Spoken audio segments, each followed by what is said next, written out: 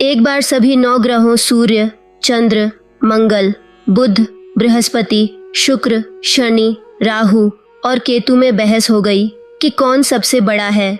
आपस में लड़ने के बाद सभी देवराज इंद्र के पास पहुंच गए।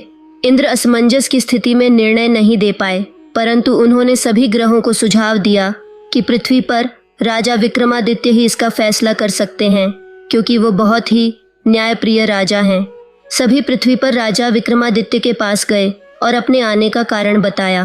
राजा उनकी समस्या को सुनकर बहुत परेशान हो गए, क्योंकि सभी देवता अपनी अपनी शक्तियों के कारण महान थे। किसी को भी छोटा या बड़ा कह देने से उनके क्रोध के प्रकोप से भयंकर हानि पहुंच सकती थी। फिर अचानक राजा विक्रमादित्य को एक उपाय सूझा और उन्होंने विभिन्न धातुओं स्वर्ण, चांदी, कांसा, पीतल, सीसा, रांगा, जस्ता, अभ्रक और लोहे के 9 आसन बनवाए। धातुओं के गुणों के अनुसार सभी आसनों को एक दूसरे के पीछे रखवाकर उन्हें उपर्युक्त क्रम में रख दिया गया। इस प्रकार सोना सबसे पहले और लोहा सबसे पीछे बिछाए गए। इसके पश्चात राजा ने सब ग्रहों से कहा कि आप सब अपने अपने सिंहासनों पर बैठिए।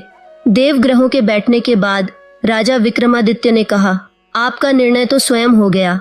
जो सबसे पहले सिंहासन पर विराजमान है वही सबसे बड़ा है। राजा विक्रमादित्य के निर्णय को सुनकर शनिदेव ने सबसे पीछे आसन पर बैठने के कारण अपने को छोटा जानकर क्रोधित होकर कहा, राजा विक्रमादित्य, तुमने मुझे सबसे पीछे बैठाकर मेरा अपमान किया है। तुम मेरी शक्तियों से परिचित नहीं हो। कुपित हो शनिदेव ने कहा, सूर्य एक राशि में 1 महीना, चंद्रमा 2.25 महीने 2 दिन, मंगल 1.5 महीना, बृहस्पति 13 महीने, बुध और शुक्र 1-1 महीने विचरण करते हैं, लेकिन मैं 2.5 से 7.5 साल तक रहता हूँ। बड़े बड़े देवताओं को मैंने अपने प्रकोप से पीड़ित किया है। श्री राम की 7.5 आने पर उन्हें जंगल जंगल भटकना पड़ा और रावण की आने पर लंका को बंदरों की सेना से परास्त होना पड़ा। राजा, अब तू भी मेरे प्रकोप से नहीं बच सकेगा। इसके बाद अन्य ग्रहों के देवता तो प्रसन्नता के साथ चले गए, परंतु शनिदेव बड़े क्रोध के साथ वहां से विदा हुए। राजा विक्रमादित्य पहले की तरह ही न्याय करते रहे। उनके राज्य में सभी स्त्री पुरुष बहुत आनंद से जीवन यापन कर रहे थे। कुछ दिन ऐसे ही बीत गए। उधर शनिदेव अपने अपमान को भूले नहीं थे। समय गुजरता गया और कालचक्र का पहिया घूमते हुए राजा की 7.5 आ ही गई। विक्रमादित्य से बदला लेने के लिए एक दिन शनिदेव ने घोड़े के व्यापारी का रूप धारण किया और बहुत से घोड़ों के साथ उज्जयिनी नगरी पहुंचे। राजा विक्रमादित्य ने राज्य में किसी घोड़े के व्यापारी के आने का समाचार सुना तो अपने अश्वपाल को कुछ घोड़े खरीदने के लिए भेजा। घोड़े बहुत कीमती थे। अश्वपाल ने जब वापस लौटकर इस संबंध में बताया तो राजा विक्रमादित्य ने स्वयं आकर एक सुंदर और शक्तिशाली घोड़े को पसंद किया। घोड़े की चाल देखने के लिए राजा उस घोड़े पर सवार हुए तो वह घोड़ा बिजली की गति से दौड़ पड़ा। तेजी से दौड़ता घोड़ा राजा को दूर एक जंगल में ले गया और फिर राजा को वहां गिराकर जंगल में कहीं गायब हो गया। राजा अपने नगर को लौटने के लिए जंगल में भटकने लगा, लेकिन उन्हें लौटने का कोई रास्ता नहीं मिला। राजा को भूख प्यास लगाई। फिर बहुत घूमने पर उन्हें एक चरवाहा मिला। राजा ने उससे पानी मांगा। पानी पीकर राजा ने उस चरवाहे को अपनी अंगूठी दे दी। फिर उसे रास्ता पूछकर वह जंगल से निकलकर पास के नगर में पहुंचा। राजा ने एक सेठ की दुकान पर बैठकर कुछ देर आराम किया। उस सेठ ने राजा से बातचीत की तो राजा ने उसे बताया कि मैं उज्जयिनी नगरी से आया हूँ।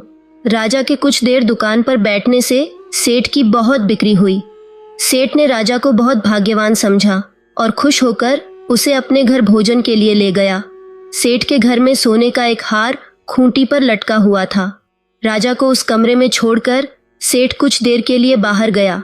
तभी एक आश्चर्यजनक घटना घटी। राजा के देखते देखते सोने के उस हार को खूंटी निगल गई। सेठ ने कमरे में लौटकर हार को गायब देखा तो चोरी का संदेह राजा पर ही किया, क्योंकि उस कमरे में राजा ही अकेला बैठा था। सेठ ने अपने नौकरों से कहा कि इस परदेशी को रस्सियों से बांधकर नगर के राजा के पास ले चलो। राजा ने विक्रमादित्य से हार के बारे में पूछा तो उसने बताया कि उसके देखते ही देखते खूंटी ने हार को निगल लिया था। इस पर राजा ने क्रोधित होकर चोरी करने के अपराध में विक्रमादित्य के हाथ पैर काटने का आदेश दे दिया और राजा विक्रमादित्य के हाथ पैर काटकर उसे नगर की सड़क पर छोड़ दिया गया। कुछ दिन बाद एक तेली उसे उठाकर अपने घर ले गया और उसे अपने कोल्हू पर बैठा दिया। राजा आवाज देकर बैलों को हाँकता रहता। इस तरह तेली का बैल चलता रहा और राजा को भोजन मिलता रहा। शनि के प्रकोप की 7.5 पूरी होने पर वर्षा ऋतु प्रारंभ हुई। राजा विक्रमादित्य एक रात मेघ मल्हार गा रहे थे कि तभी नगर के राजा की लड़की राजकुमारी मोहिनी रथ पर सवार हो उस तेली के घर के पास से गुजरी। उसने मेघ मल्हार सुना तो उसे बहुत अच्छा लगा और दासी को भेजकर गाने वाले को बुला लाने को कहा। दासी ने लौटकर राजकुमारी को अपंग राजा के बारे में सब कुछ बता दिया। राजकुमारी उसके मेघ मल्हार से बहुत मोहित हुई, इसलिए उसने सब कुछ जानकर भी अपंग राजा से विवाह करने का निश्चय कर लिया। राजकुमारी ने अपने माता पिता से जब यह बात कही तो वे हैरान रह गए। रानी ने मोहिनी को समझाया, बेटी, तेरे भाग्य में तो किसी राजा की रानी होना लिखा है, फिर तू उस अपंग से विवाह करके अपने पांव पर कुल्हाड़ी क्यों मार रही है। राजकुमारी ने अपनी जिद नहीं छोड़ी। अपनी जिद पूरी कराने के लिए उसने भोजन करना छोड़ दिया और प्राण त्याग देने का निश्चय कर लिया। आखिर राजा रानी को विवश होकर अपंग विक्रमादित्य से राजकुमारी का विवाह करना पड़ा। विवाह के बाद राजा विक्रमादित्य और राजकुमारी तेली के घर में रहने लगे। उसी रात स्वप्न में शनिदेव ने राजा से कहा, राजा, तुमने मेरा प्रकोप देख लिया, मैंने तुम्हें अपने अपमान का दंड दिया है।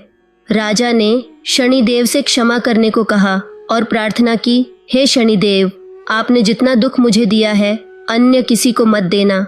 शनिदेव ने कुछ सोचकर कहा, राजा, मैं तुम्हारी प्रार्थना स्वीकार करता हूँ।